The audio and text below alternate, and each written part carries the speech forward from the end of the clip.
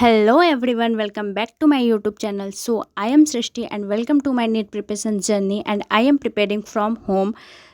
कैसे हो आप सब? बहुत दिनों के बाद मैं फाइनली वीडियो ला रही हूँ और ऑनेस्टली मुझे बहुत अच्छा लग रहा है वापस आप लोगों से बात करके। आज का वीडियो थोड़ा कैजुअल, थोड़ा स्टडी ब्लॉग टाइप होगा जिसमें मैं अपनी रिवीजन और मॉक टेस्ट प्रिपरेशन शेयर करने वाली हूँ। तो चलो स्टार्ट करते हैं। तो सबसे पहले मैं सुबह सुबह 5 बजे जग गई हूँ क्योंकि ऑलरेडी मैंने बहुत टाइम वेस्ट कर रखा है, तो ज़रूरी है जगना। तो 5 बजे मैं जग के जूलॉजी पढ़ रही हूँ।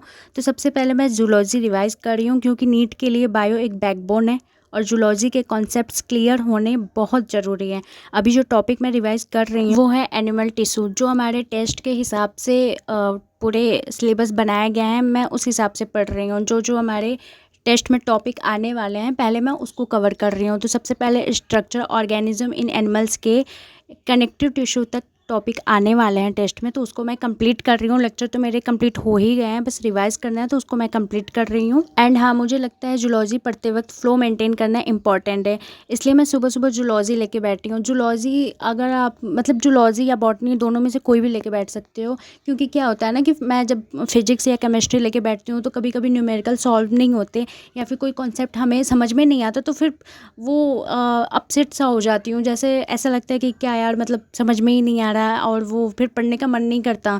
क्योंकि एक चीज़ जब आप इतना पढ़े हो और फिर वहाँ पे समझ में ना आए ना, तो फिर वो डिसअपॉइंट फील होता है। तो इसलिए मैं बायो लेके बैठ गई हूँ क्योंकि वो एक फ़्लो बना रहता है, फिर दिन भर की जो एनर्जी होती है बहुत अच्छा लगता है। सुबह सुबह आपकी जो स्टार्टिंग हो वो अच्छी हो।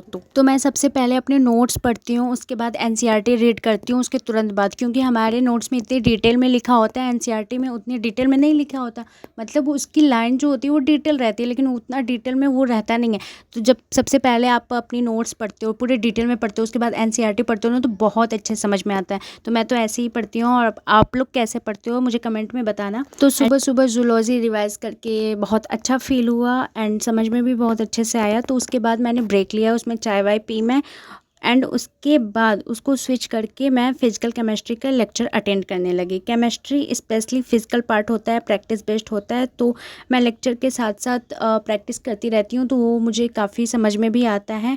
एंड क्या होता है कि अर्ली मॉर्निंग में आप रिवाइज़ कर लो और फिर पूरे दिन में दोपहर में आप लेक्चर अटेंड कर लो, फिर शाम में आप रिवाइज़ कर लो, फिर रात में आप रिवाइज़ कर लो। तो वो ये टाइम टेबल मेरे लिए तो बहुत हेल्पफुल है, मैं यही फॉलो करती हूँ। मुझे अच्छा भी लगता है क्योंकि दोपहर में ना रिवाइज़ करना पॉसिबल नहीं होता, वो मुझे सही नहीं लगता और मुझसे होता भी नहीं है रिवाइज़। तो मैं मोस्टली क्या करती हूँ कि अर्ली मॉर्निंग में करती हूँ या लेट नाइट में करती हूँ या इवनिंग में करती हूँ। तो ये मेरे लिए काफ़ी फ़ायदेमंद रहता है और मुझे अच्छे से याद भी होता है, समझ में भी आता है। तो दोपहर में मैं ज़्यादातर लेक्चर ही अटेंड करती हूँ, और ऐसे क्या है ना कि हैबिट भी बनी रहेगी, क्योंकि हमारे 8 बजे से 3 साढ़े 3 बजे तक चलते हैं लेक्चर। तो वो अगर मेरे बैकलॉग ख़त्म हो गए तो फिर मैं वो अटेंड करूँगी, तो मेरे लिए वो ज़्यादा स्ट्रगल नहीं करना पड़ेगा कि मैं रात में लेक्चर करती हूँ या मैं अर्ली मॉर्निंग में लेक्चर करती हूँ तो मैं दोपहर में कैसे करूँगी।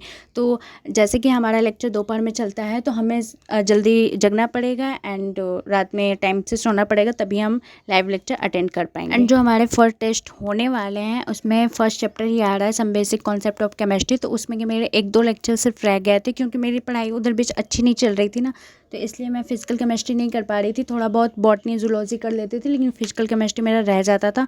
तो बस मैं वही कंप्लीट कर रही हूँ और कोशिश करूँगी कि मेरा आज के आज कंप्लीट हो जाए। एंड क्योंकि मेरा रेडॉक्स रिएक्शन चैप्टर कंप्लीट है, इसलिए इसमें थोड़ा टाइम लग जा रहा है, क्योंकि मैं एक एक लेक्चर कंप्लीट कर रही हूँ। मैं समरी लेक्चर इसमें नहीं देखी हूँ, आधा मैं एक एक लेक्चर 6 लेक्चर कर ली थी, शायद 14 लेक्चर हैं इसमें, तो मैंने 6 लेक्चर कर लिया है एंड थोड़े से लेक्चर रह गए, तो इसको मैं समरी लेक्चर से नहीं करना चाहती थी, इसलिए एक एक लेक्चर कर रही हूँ, इसलिए थोड़ा सा टाइम लग रहा है। तो इसमें फर्स्ट चैप्टर आने वाले हैं, उसमें भी आधा से ज़्यादा सिर्फ टॉपिक है, तो उसको मैं कंप्लीट कर रही हूँ। उसके बाद मैं रिवाइज भी करती हूँ, बस मैं रिकॉर्ड नहीं करती क्योंकि ऑलरेडी 3:30 बज जाते हैं, तो फिर मैं रख देती हूँ। एंड हाँ, चाहे वो फिजिकल केमिस्ट्री हो या फिर फिजिक्स हो, ट्रिक ये है कि कॉन्सेप्ट को समझना है, रटना नहीं है। जितना ज़्यादा क्वेश्चंस को प्रैक्टिस करेंगे उतना बेटर ग्रिप बनेगा, इसलिए मैं लेक्चर्स के बाद थोड़ा प्रैक्टिस ज़रूर करती हूँ। और फाइनली आज का स्टडी सेशन का तीसरा पार्ट है फिजिक्स रिवीजन। फिजिक्स थोड़ा टफ लगता है कभी कभी, लेकिन ऑनेस्टली अगर फॉर्मूला और डेरिवेशन एकदम क्लियर हो तो प्रॉब्लम सॉल्विंग ईजी हो जाता है। तो फिजिक्स में अभी मैं ट्रिग्नोमेट्री पढ़ रही हूँ और टेस्ट में तो एपीजीपी भी आने वाले हैं ये सारे टॉपिक, लेकिन अभी से मैं स्टार्टिंग कर रही हूँ तो मैं ट्रिग्नोमेट्री पढ़ रही हूँ। एंड अभी मैंने ना वन शॉट जैसे फिज़िक्स के जो फार्मूला होते हैं वो अभी नहीं बनाए हैं, तो अगर आप लोग बनाए हो तो मुझे प्लीज़ कमेंट में बताना। उसको भी मैं बनाऊँगी, जैसे 1-2 चैप्टर मेरे कंप्लीट हो जाएँ फ़िज़िक्स के तो मैं खुद से लिख के वो फ़िज़िक्स फार्मूला बनाऊँगी, ताकि हमारे जो लास्ट में रिवाइज़ करने के लिए बहुत हेल्पफुल रहे। बहुत सारे स्टूडेंट बनाते हैं, मैक्सिमम स्टूडेंट बनाते हैं, और ये सच में बहुत फ़ायदेमंद होता है लास्ट मिनट में रिवाइज़ करने के लिए। तो मैंने अभी ऑनेस्टली नहीं बनाया है, मैं बनाऊँगी। अभी तो मैं कम से कम 2-3 टेस्ट दे दूँ, उसके बाद मैं बनाऊँगी। एंड हाँ, सबसे ज़रूरी बात, ये सारा रिवीजन इसलिए भी कर रही हूँ क्योंकि मैं अपना पहला मॉक टेस्ट अटेम्प्ट करने वाली हूँ। ऑनेस्टली थोड़ा नर्वस हूँ पर ज़्यादा एक्साइटेड भी, क्योंकि ये मुझे क्लियर आइडिया देगा कि मैं अभी किस लेवल पे खड़ी हूँ। मॉक टेस्ट एक तरह का रियलिटी चेक है, और मैं सजेस्ट करूँगी कि आप लोग भी अब से स्टार्ट करो। स्कोर जितना भी आए बस एनालाइज करना ज़रूरी है, कहाँ गलती हुई, कहाँ टाइम वेस्ट हुआ, बस वही सीखना है। तो ये रहा मेरा ऑनेस्टली स्टडी सेशन। पसंद आया तो सब्सक्राइब करना।